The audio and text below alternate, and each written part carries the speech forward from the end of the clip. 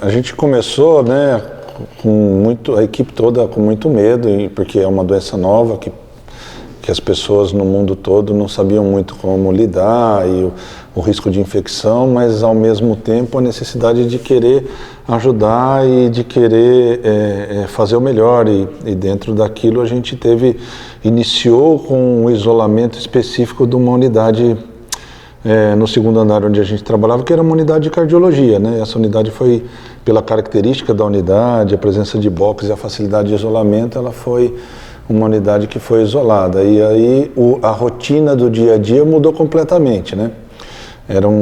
A gente atendia uma gama de pacientes que eram graves, mas com complexidades diferentes, né?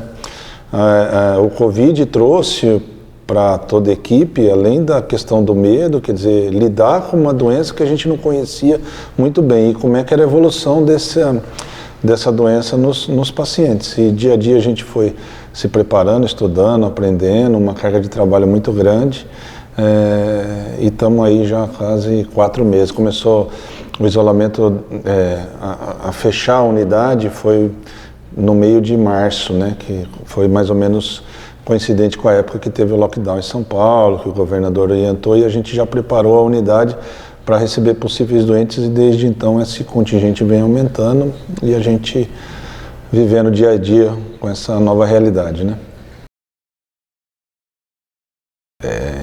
Presente, muito presente na nossa vida, não é só o medo. Fala assim, o médico, o profissional de saúde em geral, né, mas no médico não é só o medo da gente se contaminar, né, mas da gente levar isso para a família, da gente não conseguir fazer o melhor pelo paciente, né, a gente sempre, na faculdade a gente tem uma coisa que chama muita atenção, que algumas pessoas levam com a gente, que é uma frase que chama assim, primo non serum, né, antes de tudo não causar dano. Essa história para o médico, ela é tão...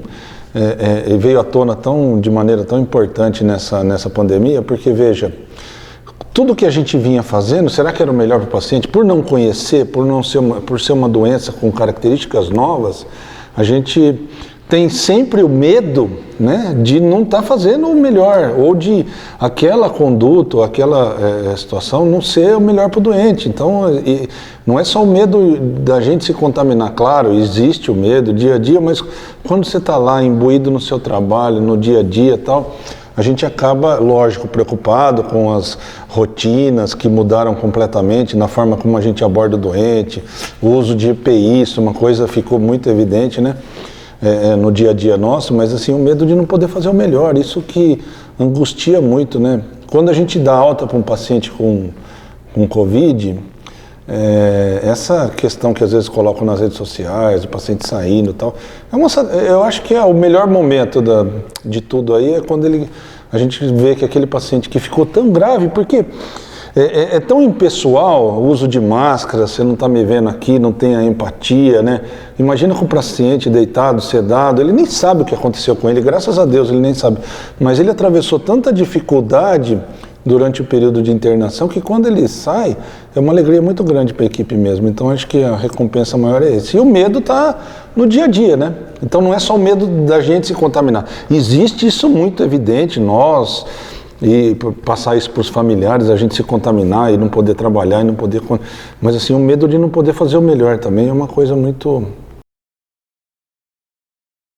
Se eu fosse fazer um diário do que realmente aconteceu, eu acho que o primeiro passo é igual quando você está numa guerra e no começo o sentimento era muito esse, né?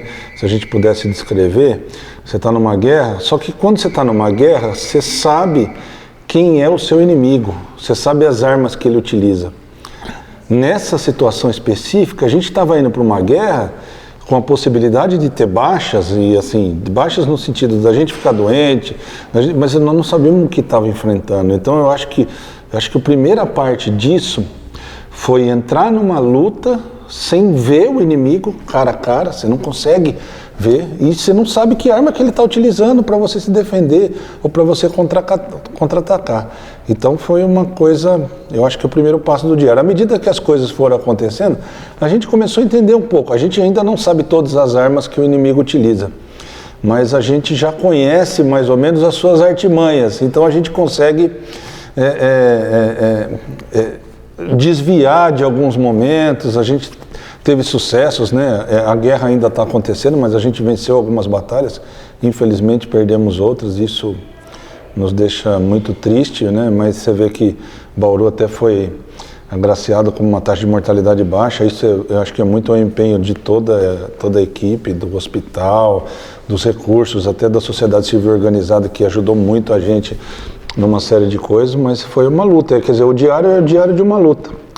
De uma luta que é uma guerra que ainda não acabou, que acho que está longe de acabar, que a gente perdeu algumas batalhas, mas eu acho que o saldo é positivo, nós vencemos várias. Nós estamos conhecendo as armas dos inimigos, né? E a gente espera que a gente consiga vencer a guerra. Nós vamos vencer, a gente sabe. Não sabemos a que custo, né? A que custo pessoal disso. Não sei que sequela que vai ficar para a equipe. Porque é muito triste você ver o paciente evoluindo de maneira desfavorável e você não saber o que é melhor naquele momento, né? A gente está aprendendo e é isso, o diário é o diário de guerra. Eu acho que daqui a um tempo nós vamos poder olhar para trás e ficar surpreso do que a gente, quer dizer, em que condições que a gente, como que a gente atravessou esse momento, né? Olhar no diário e falar, nossa, era março de 2020 e começou tudo isso dessa maneira, né? Então uma coisa que acho que vai ficar viva, só quem está vivendo isso nessa geração, né?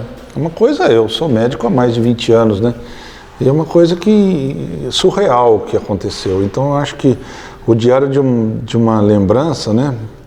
De que a gente entrou numa batalha às cegas e a gente venceu essa batalha. Eu acho que o final do diário, assim, é lógico, vai ter uma história, mas nós vamos olhar para trás e falar que a gente venceu isso. E como a gente... É inacreditável as coisas tanto que a gente se expôs e que a gente fez. Eu acho que aproximar mais Você vê, esse distanciamento social, né? Para o médico é duro. Porque o médico, a profissão do... não sei se vocês estão me vendo de esteto e a mão, quer dizer, a minha ferramenta de trabalho são essas duas coisas. E ela precisa estar em contato com o doente. Isso distanciou a gente. Imagina a sociedade estando cada vez mais distante das pessoas e isso ser um ato de amor, né? Você está distante e isso provar ser um ato de compaixão, de amor, de olhar pelo outro. E para o médico a gente está ali, tem que estar presente, para a equipe de enfermagem, para o fisioterapeuta, a gente tem que estar cara a cara com ele aí e mostrando muito mais amor, porque a gente está se expondo. Então acho que vai mudar em relação à sensibilidade, né?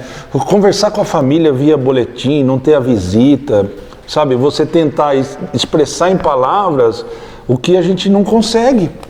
É difícil você traduzir em palavras o que a gente está sentindo, a gente tenta. E até melhora a nossa forma de se expressar com as famílias, a gente vem percebendo. Então eu acho que é mudança de sensibilidade e olhar para trás e ver que a gente venceu tudo isso, né? Eu acho que mudou. Eu acho que a própria estrutura da saúde no país, no mundo todo, ela vem se tornando, por conta da tecnologia, por conta de uma demanda aumentada, ela infelizmente vem perdendo ao longo do tempo. Eu falo isso muito, a gente tem um serviço de residência aqui, que são médicos que estão em formação, e eu falo muito disso, que a clínica é soberana, que o exame é complementar, mas a gente ao longo do tempo, infelizmente na medicina, por conta dos recursos tecnológicos, ela ficou um pouco mais impessoal. E eu acho que isso retornou um pouco às origens, porque não adianta você fazer exame nenhum, não adianta nada, é o olhar do doente, é o toque do doente, a sensibilidade, porque nenhum exame era muito contundente. Quer dizer, é uma doença que mostrou pra gente o tanto que a gente é frágil, mas o tanto que a gente precisa de humanidade, de toque, de carinho, para poder entender o lado do outro. E em relação aos contatos com a família, sem dúvida nenhuma, eu acho que isso vai mudar a relação médico-paciente, deve mudar. Isso vai ser um ponto positivo dessa história toda, dessa pandemia aí. Eu acho que vai mudar. A gente chega em casa, né?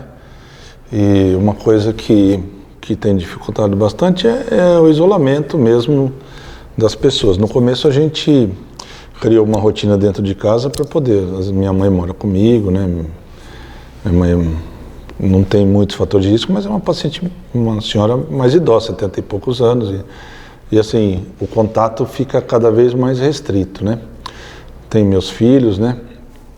E minha esposa também é médica.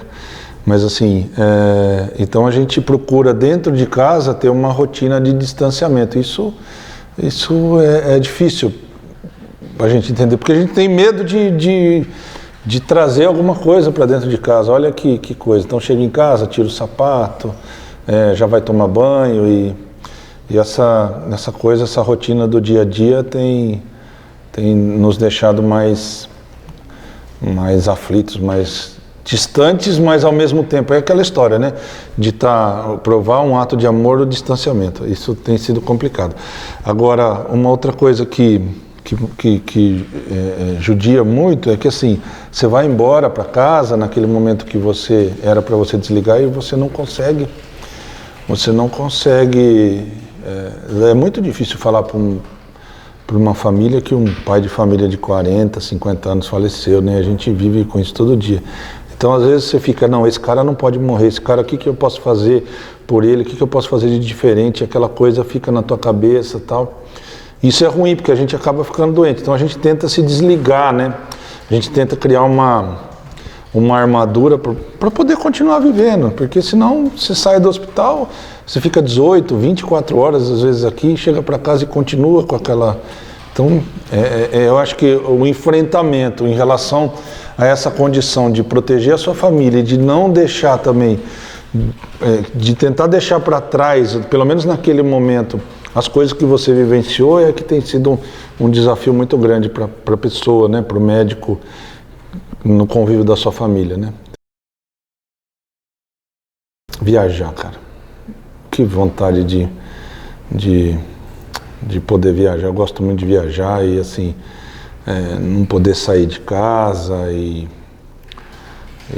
conhecer coisas e lugares novos e você estar restrito, privando da sua liberdade, né? Você vê uma coisa invisível, mostrou pra gente que nós temos uma série de limitações e que como a gente deve valorizar, quer dizer, uma coisa invisível nos mostrou como a gente deve valorizar as pequenas coisas, que na verdade não são pequenas, mas são fundamentais, quer dizer, o direito de vir, o direito de tocar quem você ama, né? Então, o direito de respirar um ar com tranquilidade. Você vê a gente falando de máscara, né? A sensação de você tirar a máscara e respirar o ar, esse ar que fica carregado, eu acho que são coisas tão simples que não tem custo, né? O oxigênio está aí, não custa nada, a gente preocupado e às vezes a gente não falta o ar, né? Então essas pequenas coisas é que eu acho que vão mudar as pessoas no mundo. Acho que a família, né? Os filhos e esposas, minha mãe, os amigos, né? Eu gosto muito de reunir os amigos em casa e poder estar junto de novo.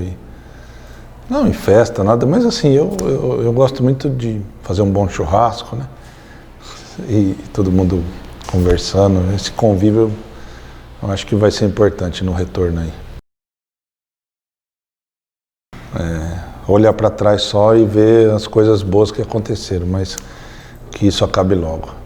Só isso que eu queria.